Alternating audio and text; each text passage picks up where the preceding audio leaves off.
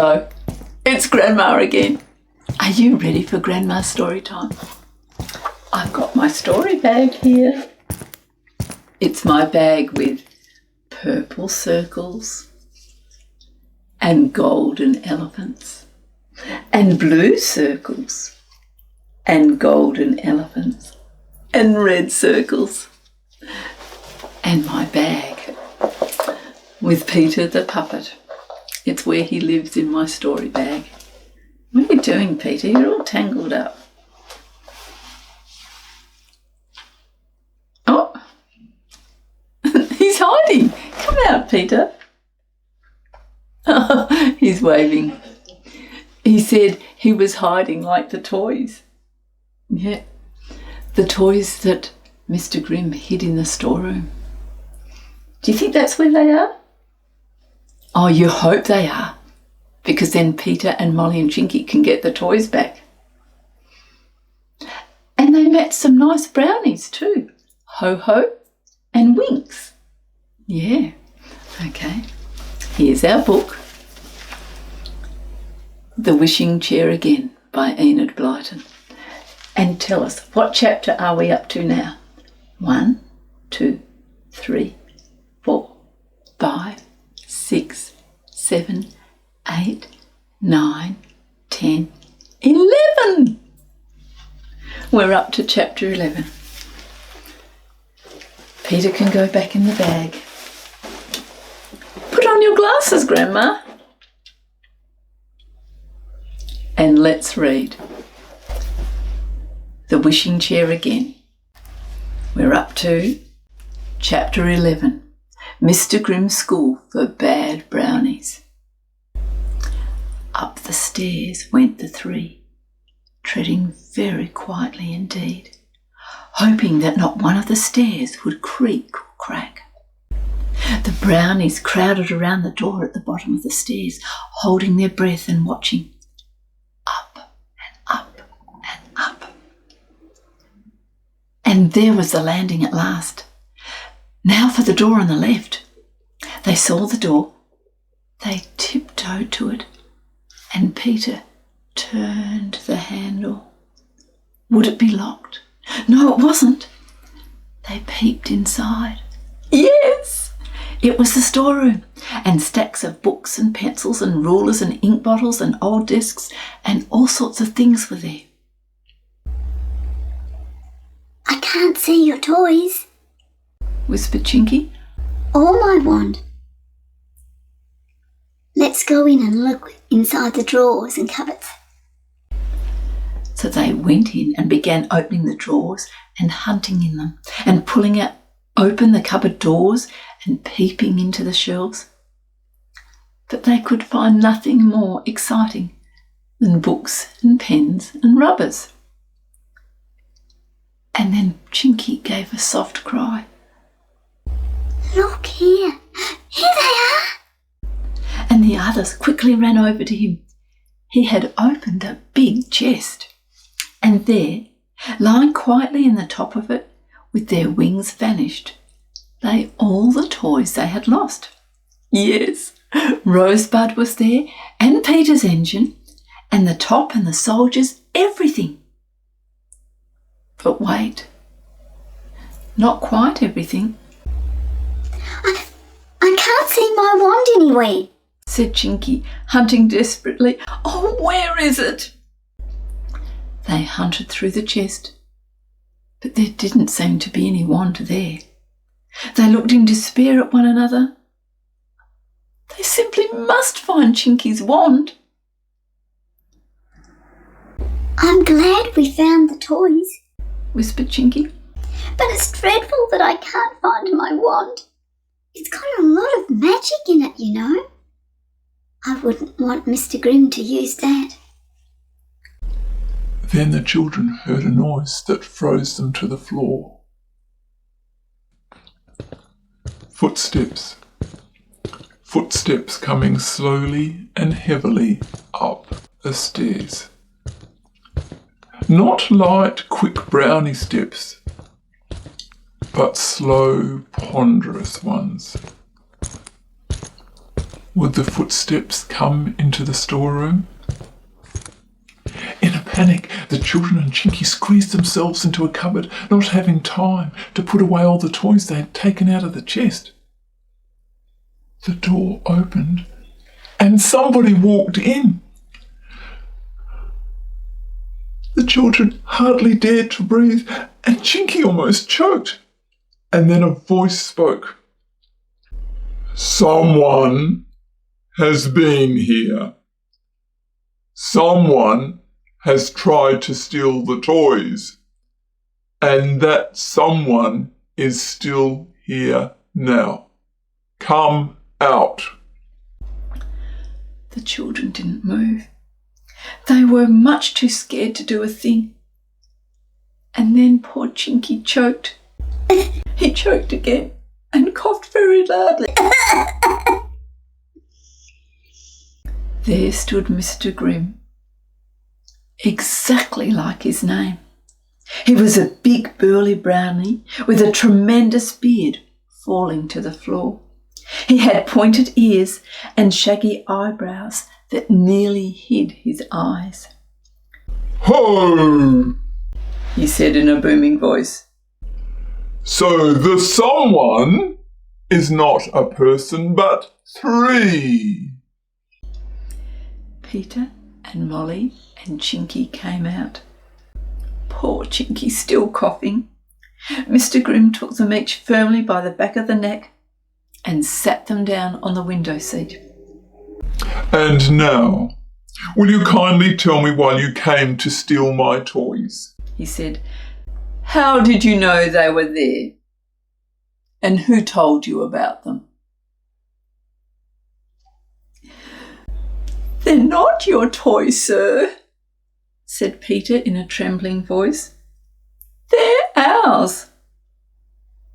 We let them grow their wings yesterday by using growing ointment on them, and they flew away. We came to fetch them. A very likely story indeed, said Mr. Grimm scornfully. And how did they come here?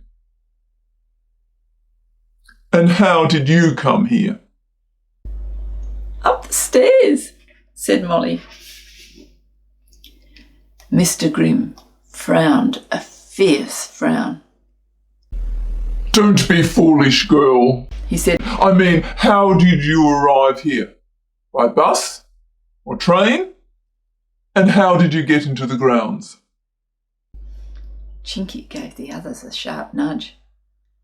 Mollie had been going to say that they came in the wishing chair, but she shut her mouth again tightly. Of course she mustn't give that away. Why? Mr. Grimm would search the grounds and find it. Well, said Mr. Grimm, I'm asking you a question, and when I ask questions, I expect to be answered. Still no reply from any of the 3. Mr. Grimm leaned forward. Shall I tell you how you came? You must have friends here amongst the Brownies, and they helped you climb the wall and told you to take the toys. Ha ha! Don't try to say you didn't do that. They didn't say a word. Mr. Grimm got up and put the toys back in the chest. You, he said to Chinky, you are a pixie. And I don't usually take pixies into my school. But you're a very bad pixie. I can see I shall keep you here. And I shall keep these 2 as well. I'm not sure what they are, but even if they are real proper children, which I very much doubt, they deserve to be punished for being pupils here for a term. Oh no! said Mollie in horror. What will our mother say? You can't do that. You will see, said Mr. Grimm. Now go downstairs and find the brownie called Winks and tell him you are to come into class when the bell rings. He will give you books and pencils and tell you where to sit. The 3 of them had to go downstairs in a row, Mr. Grimm behind them. They were frightened. Unless they could somehow manage to get to the wishing chair, they would simply have to stay in Mr. Grimm's school. They found Winks and told him quickly what had happened.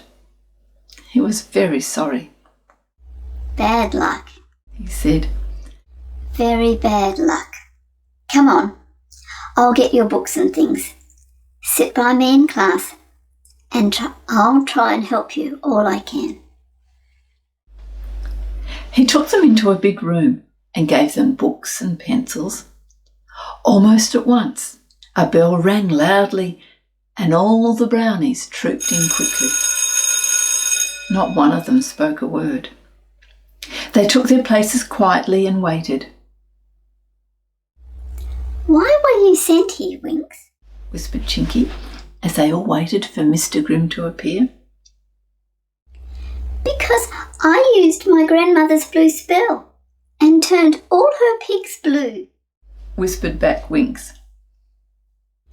And I was sent here because I put a spell into my father's shoe tongues and they were rude to him all the way down our street and back.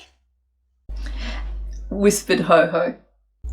And I was sent because...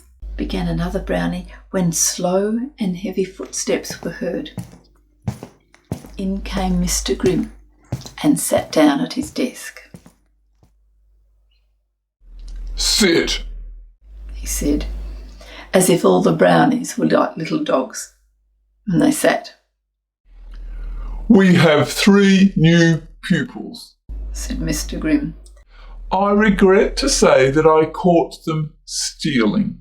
Stealing! From my storeroom. If I find out who helped them into this school and told them about the toys to steal them, I shall take my stick to them. Brrr.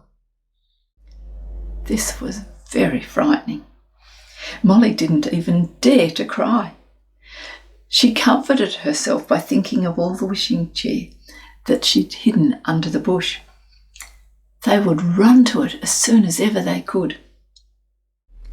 Now we will have mental numbers, said Mr. Grimm, and a little groan ran around the class. You boy, what number is left when you take 82 and 64 from 103? He was pointing at poor Peter. Peter went red. What a silly question. You can't take 82 and 64 from 103. Say 650, said Winks. He doesn't know the answer himself. 650, said Peter boldly. Everyone clapped as if he was right. Very good, said Mr. Grimm. And then he pointed to Molly. How many pips are there in 7 pounds of raspberry jam? 7 pounds of raspberry jam, repeated Molly, wondering if she'd heard all right. Well... Say nothing at all, because your mother only makes raspberry jelly and takes the pips out, whispered Winks. None at all, said Molly. How do you make that out? Said Mr. Grimm in a very frightening voice. Because my mother makes raspberry jelly and she takes all the pips out, said Molly. Everyone clapped again. Silence, said Mr. Grimm. Now, you Pixie, and see you are very, very careful in your answer. If I take 52 hairs from my beard, how many will be left? Winks stared desperately at the long beard that swept down to the floor. Well, he began, and then Winks whispered to him. Say the rest. The rest will be left, said Winks. Mr. Grimm suddenly pounded on the desk with his hand. You, Winks, he shouted. I heard you whispering then. You told him the answer, and I believe you told him the other answers too. Come here, I'll give you the stick. Aha! You think that because all my canes are broken, that I haven't one. But just you wait. Please, sir, I'm sorry, said Winks. I just thought I'd help them because they were new. I was trying to be good, sir, and helpful. I really was. You're always telling us to be that, sir. No excuses, said Mr. Grimm, and he turned to a cupboard behind him. He unlocked it and took out a long, thin stick. Come up here, Winks, he said, and poor Winks went up. He got 2 strokes on his hands. Mollie was very upset, but Ho-Ho whispered, Don't worry. Winks always puts a little spell in his hands, and he doesn't mind a bit if he's wet. He doesn't feel it. Mollie felt comforted. Winks winked at her the moment he went back to his seat.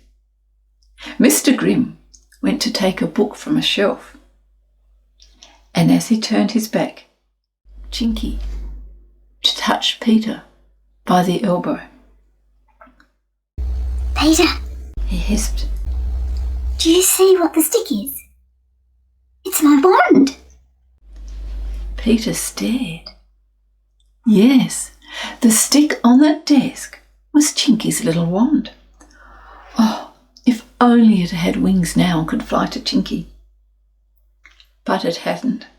Chinky never took his eyes off it as the class went on and on.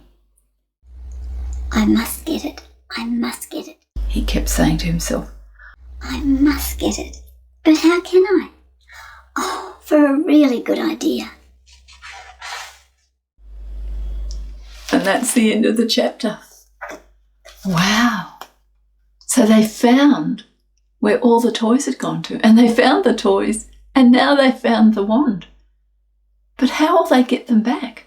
And then get to the wishing chair and fly safely away? Come back tomorrow. We need to find out. We're up to chapter 12. Bye-bye.